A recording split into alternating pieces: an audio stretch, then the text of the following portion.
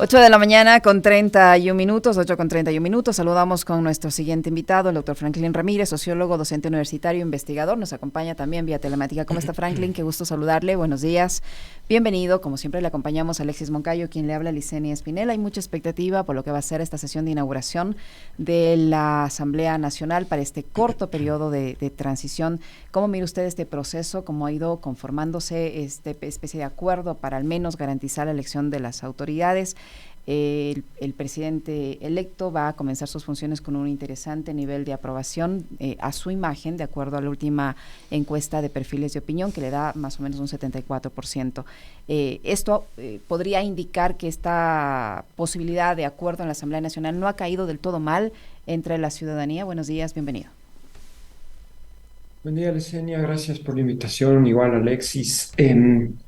Efectivamente, me parece que para el proceso democrático ecuatoriano es un momento relevante, sobre todo considerando que, yo diría, desde incluso atrás de 2017, incluso en el último periodo correísta, hemos asistido a una dinámica de gobierno, una dinámica de diálogo entre las fuerzas políticas que no ha prosperado.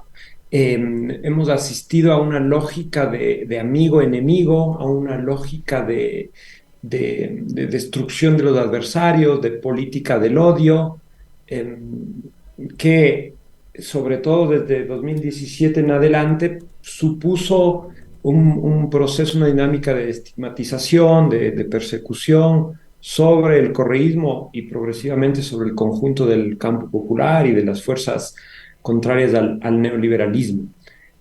También desde la perspectiva del correísmo, que ha sido una fuerza que en sus 10 años de gobierno gobernó sola porque tenía unas grandes mayorías, nunca tuvo necesidad real de generar y de participar de bloques políticos ampliados, plurales. También resulta ahora un nuevo momento, ¿no? Uh-huh. Vamos a ver cómo opera la Revolución Ciudadana como fuerza de coalición.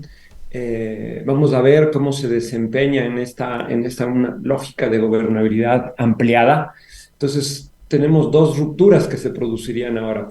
Por un lado, la ruptura de la hegemonía política del anticorreísmo como lógica de gobierno, de articulación, de disciplinamiento de las fuerzas sociales, y por otro lado, esta inédita participación de la Revolución Ciudadana en una coalición de gobierno que no lidera, pero de la que es la fuerza central y que va a poner a prueba sus capacidades de diálogo, de deliberación, de negociación, en una dinámica inédita para una fuerza que siempre se ha acostumbrado a jugar sola, sea como gobierno, sea como oposición. Uh-huh.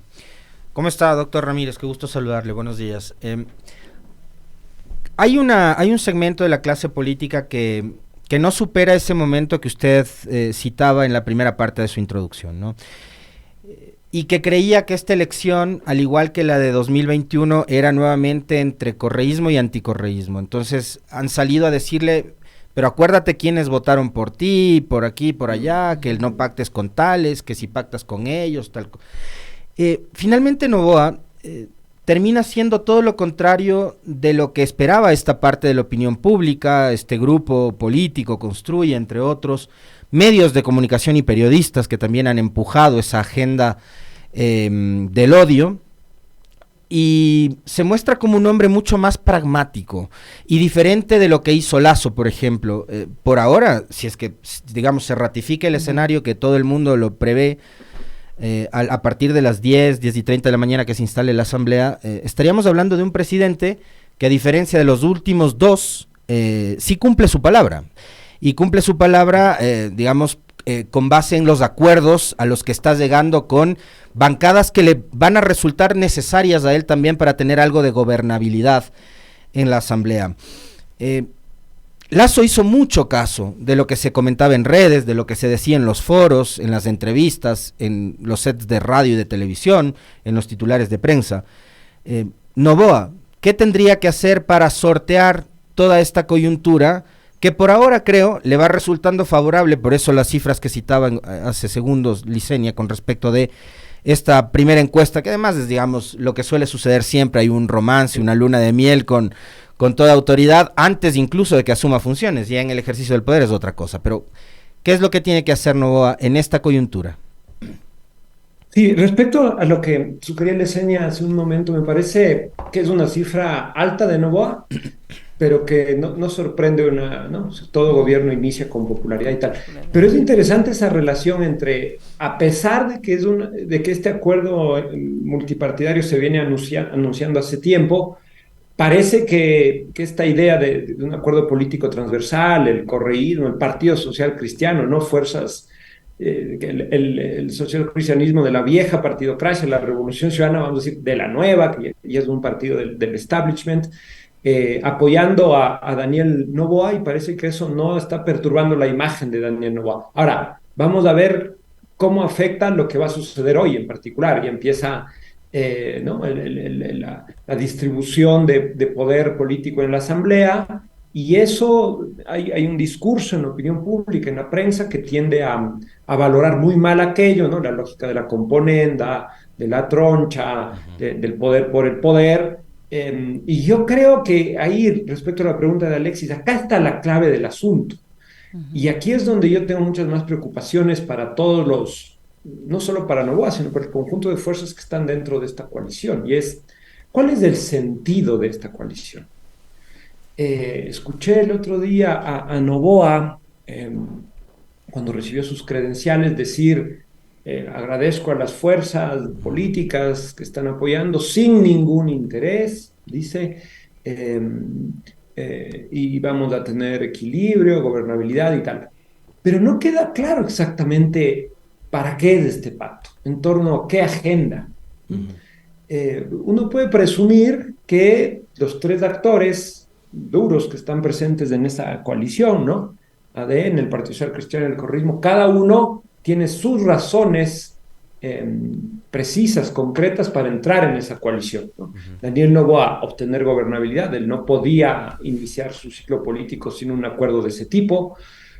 Eligió la vía, yo diría, más fácil, dos partidos grandes, con liderazgos políticos claros, con una cierta lógica de actuación disciplinada. Entonces es una apuesta pragmática, inteligente, eficaz. Voy a pactar con dos grandes partidos que además tienen un historial de disciplina parlamentaria, sobre todo la RC. En los últimos años a Nebot se le ha ido el control de su bloque, pero es un partido que históricamente ha tendido a ser más cohesionado, y dejó de lado a los partidos que, como vimos con Lazo, desde Pachacútec, la izquierda democrática, bueno, que ahora no está, pero construye, que hemos visto de qué se trató, que son partidos impredecibles, partidos con alta capacidad de extorsión política, que requerirían un esfuerzo de negociación permanente, y que además representaban, sobre todo construye al sector más radical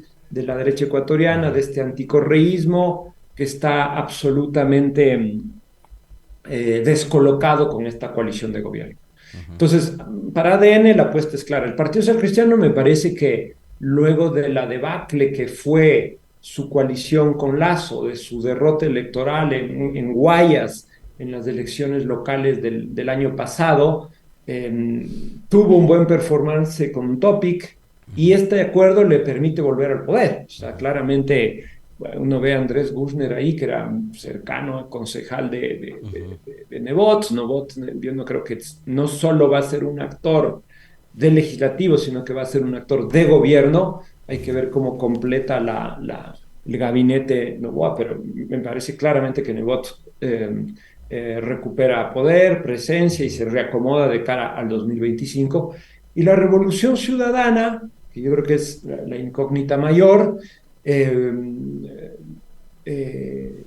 va a tener una representación política fuerte en el legislativo, aparentemente en ciertas comisiones importantes. Se habla sobre todo lo de la fiscalización, la vicepresidencia, y según ha venido anunciando Correa, no en los últimos tweets con Kronfeld, sino yo diría desde 2021, hay una agenda que tiene que ver con resolver los conflictos institucionales, con resolver los litigios judiciales, que tiene su fuerza política y algunos de sus altos militantes, y que esto explicaría por ahora, ¿no?, las razones de cada fuerza. Ujú. Pero en esas razones no se ve, si se fijan en lo que estoy diciendo, no tenemos claridad hasta ahora de una agenda por la seguridad, por la reforma tributaria, por la política social, por la reactivación productiva,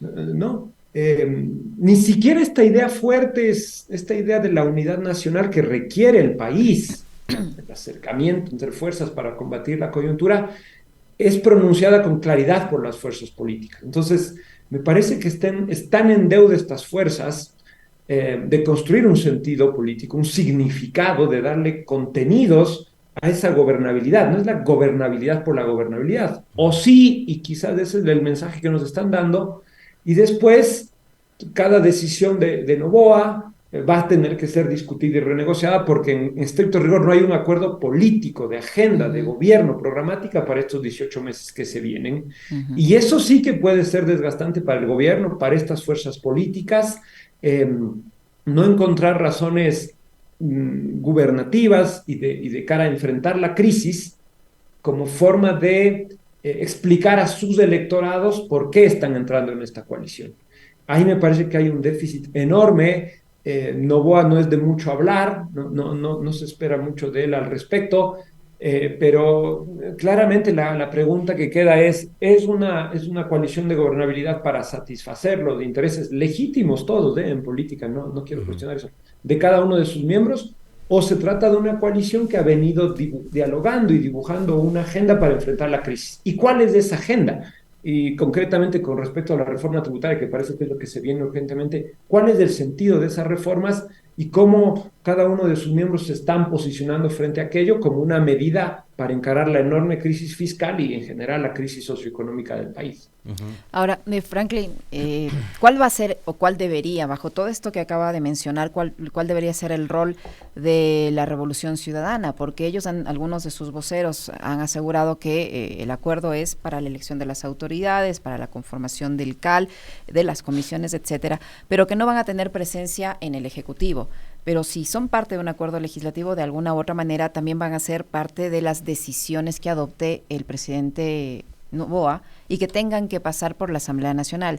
Y si esas decisiones son acertadas o no son acertadas, podrían pasarle factura a todas las organizaciones políticas que están en este momento respaldando al presidente Noboa. Por eso le pregunto, ¿cuál debería ser el rol de la Revolución Ciudadana para no salir lastimada de este proceso, tomando en cuenta que ya en pocos meses más tenemos un nuevo periodo de elecciones? Me parece que esa es la pregunta fundamental en estos días, ¿no? Y que debe hacerse la Revolución Ciudadana, su militancia. Ahora hay una convención.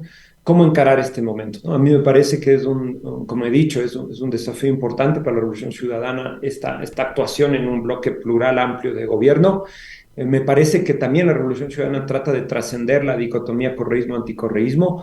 Podía haber jugado a un discurso también radical de decir, no, nosotros no nos aliamos con la derecha, con los neoliberales, con el empresariado, y aislarse. Eso le daba la puerta a Noboa para construir una coalición por otro lado. Noboa tenía posibilidad de hacer este bloque de modo más difícil, pero sin la Revolución Ciudadana. No lo hizo así porque también la Revolución Ciudadana ha cedido y ha superado, digamos así, esta grieta entre correísmo y anticorreísmo. Hay un sector, sin embargo, como decía Alexis, de la derecha, de la opinión pública, del periodismo, del poder político, que está muy molesta y que sigue jugando esa grieta y que va a seguir jugando. Además, Uh-huh. ¿no? Hay que ver, aquí está Verónica Vaz, que un poco representa ese discurso recalcitrante, que estuvo en la papeleta y juega la política del odio, ya no solo con el correísmo, sino con el feminismo, con todo el campo popular y tal, y está ahí, va a ser vicepresidenta, que es algo que también hay que ver cómo se va a sostener esa relación. Entonces, la Revolución ha dado este paso. Ahora, la gran pregunta es, ¿cómo es que una fuerza que ha venido colocándose desde 2017 hasta ahora como una fuerza de oposición al neoliberalismo, a los gobiernos de las élites, a las medidas de ajuste estructural, al acuerdo con el Fondo Monetario, cómo ahora se va a sentar con presidente con un bloque de poder que es más afín a esas ideas que históricamente la Revolución Ciudadana ha combatido. O sea, cómo sale de la lógica de la oposición, que le ha valido, yo creo que buena parte del apoyo que ha logrado conservar no solo tiene que ver con la imagen de Correa, sino con haber sido la fuerza fundamental de resistencia al ajuste neoliberal, al menos de las instituciones políticas, de resistencia a los acuerdos con el Fondo Monetario, que implican austeridad, que implican venta de patrimonio, que implican una lógica regresiva en la distribución de la riqueza, etcétera, etcétera. Entonces, la Revolución Ciudadana pasaría de una lógica de oposición a la dinámica neoliberal a colaborar con sectores que aparentemente, no que aparentemente, que están en esa agenda. Entonces hay dos cosas ahí. O la Revolución Ciudadana sabe que Noboa y el Partido Social Cristiano reconocen que una agenda neoliberal profunda, radical, es imposible ahora, y la Revolución Ciudadana va a jugar dentro de esa coalición a moderar, a controlar, a evitar que esa agenda de política económica continúe, o la Revolución Ciudadana va a ceder en algunos de sus principios, de sus tesis, para acordar proseguir en esta lógica neoliberal, en la lógica del ajuste, de la austeridad, del fondo monetarista, aunque no recargada, digamos, no dura, no radicalizada, sino más blanda, que a ratos de eso es lo que uno parece escuchar de los discursos de Daniel Noboa. Entonces, le queda complicada la Revolución Ciudadana, por eso decía antes que es clave que el conjunto de partidos políticos que están en la coalición expliquen a la sociedad en qué consiste ese acuerdo, cuál es el sentido, cuál es el contenido, cuáles son las fronteras. Porque cuando Luisa González hizo su discurso de reconocimiento de la presidencia de Noboa, ella dijo, nos ofrecemos como una fuerza de gobernabilidad y tal, pero hay unas líneas rojas que tienen que ver con los derechos sociales, con la salud, ¿no? Marcó unas ciertas líneas. Semanas después escuchamos a la asambleísta Pamela Aguirre como básicamente arrojarse a los brazos de Noboa, ofrecer la gobernabilidad de la Revolución Ciudadana sin poner condiciones ni límites, ni colocar hitos que serían los que sostengan esta coalición. Entonces, quizás hay una disputa interna que no termina de verse o que se va a ver luego de la distribución del poder político dentro del legislativo. No hay que perder de vista, Franklin, que mañana es la convención de la ERC, van a elegir autoridades en Santo Domingo. De lo que se conoce, Marcela Guiñaga, expresidenta del movimiento, no va a estar presente. Hay una disputa abierta y pública con Pierina Correa. Van a tener como, esta última parte creo que es importante, lo que dice Franklin, es primero ver cómo resuelven sus disputas internas y después ver cómo salen a hacer política. Sí, claramente. O sea, a mí me preocupa mucho el sentido de esta participación. O sea, puede ser, la Revolución Ciudadana pierde su identidad de fuerza de oposición antineoliberal, que es la que le ha valido un reconocimiento de la población por su coherencia, ¿no? Clave, un partido programático. Entonces, ¿hasta qué punto esto no digo que, no quiero decir que debe hacer siempre fuerza de oposición, sino en torno a qué programas? La reforma tributaria. ¿Quién va a pagar el desastre fiscal que dejó Lasso? ¿Quién lo va a pagar? O sea, la revolución, yo, como alguien que representa una lógica antineoliberal, en este momento estaría pidiendo que en esa coalición, por ejemplo, se decida colocar impuestos a los grandes patrimonios, a la banca que ha crecido con fuerza, ¿no?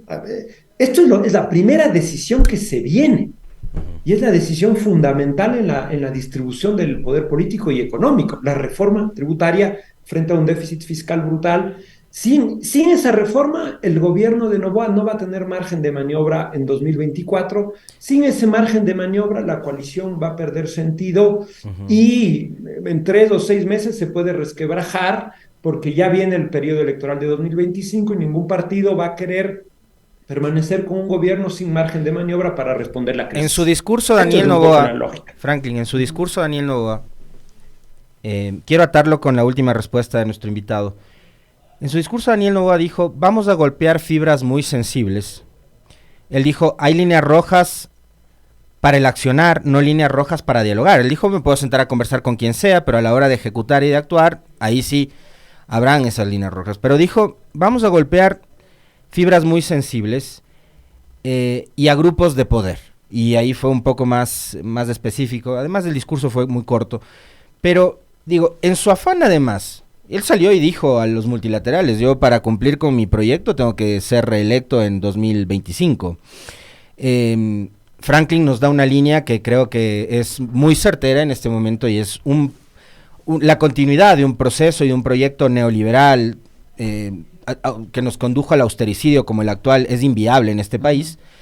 Entonces, pragmático como creo que está haciendo Noboa, si toma un giro, podría estar empezando a dar golpes a partir de, por ejemplo, esa reforma tributaria para hacerle pagar al que más gana, al que más tiene, a la gran empresa, empezando a cobrar a los grandes deudores, entre los cuales está el grupo económico de su familia, etcétera, etcétera. Y ahí sí creo que él podría terminar marcando la cancha al resto de organizaciones políticas, porque la campaña electoral, la próxima campaña electoral, arranca en enero, febrero del próximo año.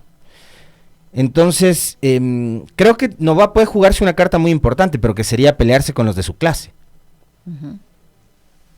Y quizás nadie como él puede estar en condiciones de dar esa pelea, ¿no? Después de todo, va a colocar impuestos a la gente con la que seguramente se sienta, no sé si cada domingo, pero muy seguido. Y hay tres cosas de ahí. O sea, me parece que es impuestos a los grandes, a la banca, a los grandes grupos económicos. Uno, dos, revisar todas las exenciones tributarias, ¿no? El gasto tributario que se ha dado en estos años desde Lenín Moreno en adelante. Y tres, todo el tema de los tenedores de deuda, de los bonos global, que siempre ha estado en la opacidad. O sea, ahí hay una, ¿no? Y que tiene que ver con un poco la renegociación de la deuda, porque el país está asfixiado, efectivamente.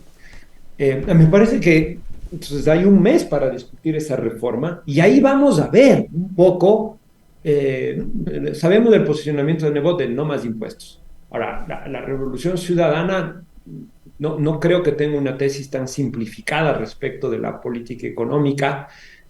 Sabemos que hay un déficit fiscal y sabemos que de algún modo el modo en que se coloca, que se resuelve esa reforma tributaria puede condicionar al gobierno en los próximos 15 meses, puede condicionar los modos en que se acerca al Fondo Monetario. Noboa ya ha dado señales, ¿no? O sea, de hecho, los primeros mensajes políticos los dio desde allá, no sé, Washington me parece, luego de una reunión con los multilaterales, con el fondo, donde incluso dijo que hay que respetar la figura de la fiscal, que es una de las cuestiones que Correa tiene en la cabeza como algo, como un juicio político que debe seguir en la Asamblea.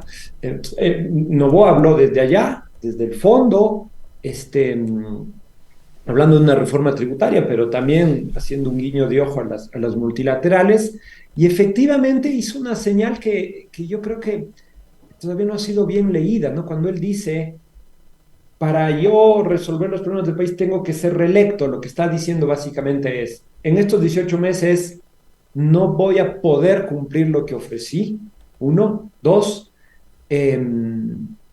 me declaro candidato desde el día 1 de gobierno, yo ya soy candidato presidencial a 2025, y tres, que está condicionando a la ciudadanía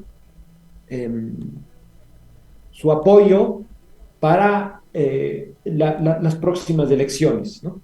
Entonces, reconoce de partida los límites del gobierno, se candidatiza, se lanza en la candidatura presidencial, y ya hemos visto imágenes de la primera dama con sus primeras donaciones, esa lógica asistencialista que históricamente ha tenido el grupo Noboa en la política, y hasta ahí me parece que esas imágenes vamos a seguir viendo.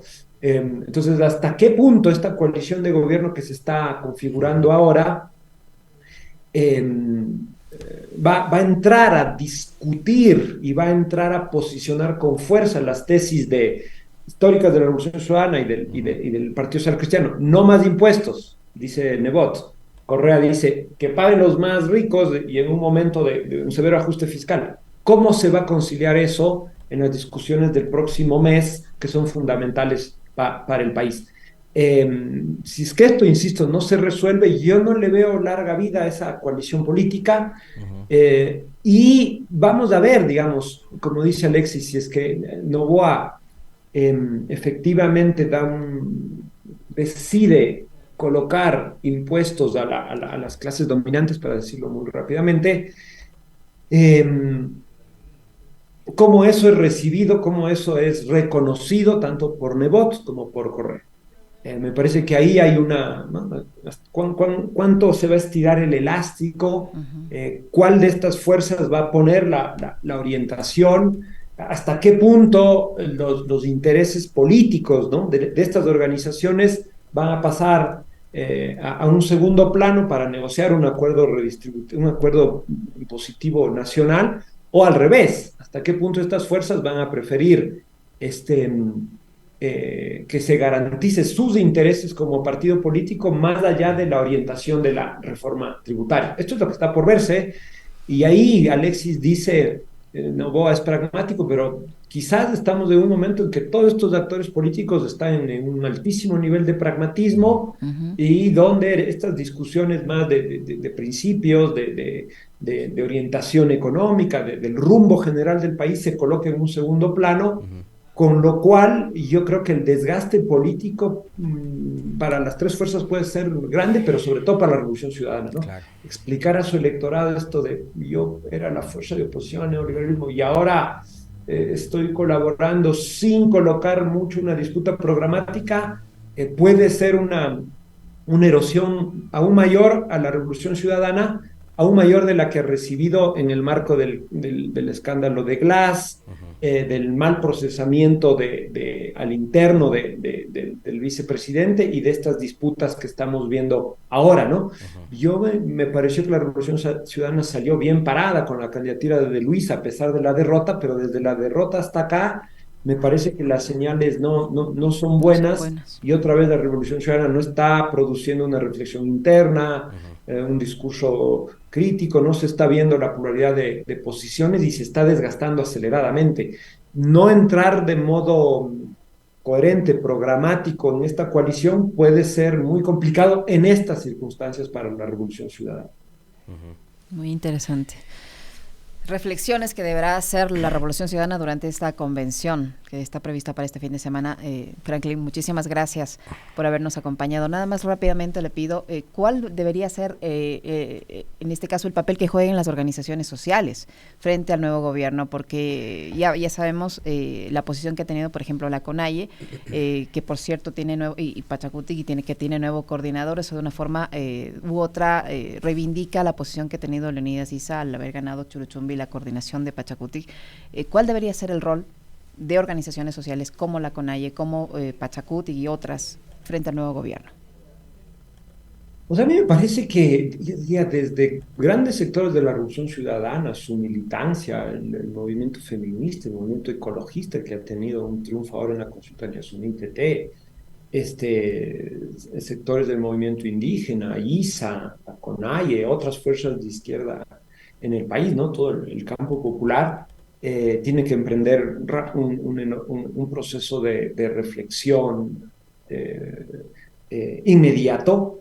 Hay que recordar que gran parte del triunfo de Daniel Noboa no tuvo tanto que ver con el anticorreísmo, sino con un avance real del programa de la derecha en este país.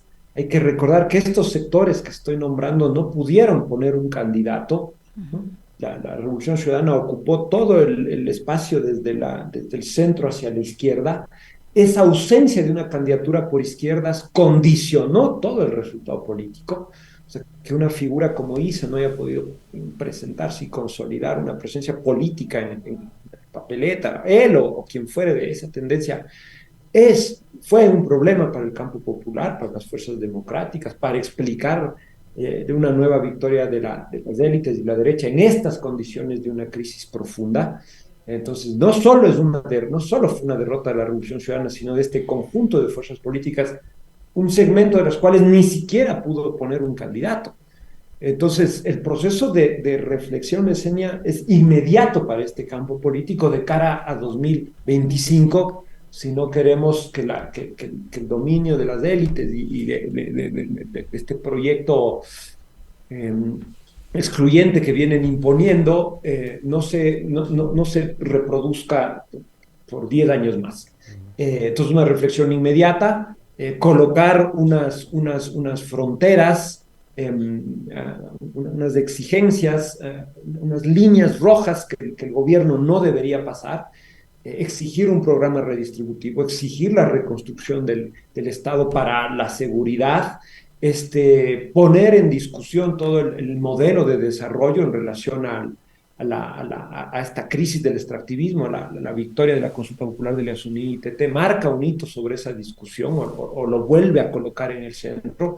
¿No? Hay que reconstruir programáticamente a la tendencia de cara a jugar como un poder de contención de un eventual intento de las élites de volver a radicalizarse y sobre todo de cara a la reconstrucción de las fuerzas políticas hacia 2025, ¿no? Me parece que ese es el papel, me parece que es clave que si la izquierda más institucional que representa a la Revolución Ciudadana entra en esta coalición, las otras fuerzas estén en un estado de alerta, que exijan, que controlen, que hagan un ejercicio de control popular a estas fuerzas y al gobierno sobre la necesidad de un programa redistributivo, de un Estado social, de una seguridad en lógica ciudadana, de respeto a los derechos humanos. Una agenda que es la agenda que ha venido siendo de las fuerzas democráticas y populares, pero de la que no se habla con claridad ahora. Entonces, esa agenda no está. Hubo una derrota política, claramente, pero eso no significa que no hayan unos hitos, unos principios fundamentales que deban ser sostenidos más que nunca. Y este es el problema, ¿no? Entonces, la Revolución Ciudadana no explica mucho por qué entra esta coalición y las otras fuerzas siguen con el discurso de que la derrotada fue la Revolución Ciudadana, eh, aunque y sin ofrecer ningún panorama programático ni salidas políticas a este entuerto. Es un momento complicado, exige mucha reflexión, exige organización, exige también articulación por abajo. Esperemos que este proceso se dé, si no corremos se corre el riesgo de las fuerzas democráticas populares continúen en erosión de cara al 2025 y de cara al sostenimiento de la democracia en este país, ¿no? Muchísimas gracias, Franklin. Muy gentil por acompañarnos. Muy amable, un abrazo.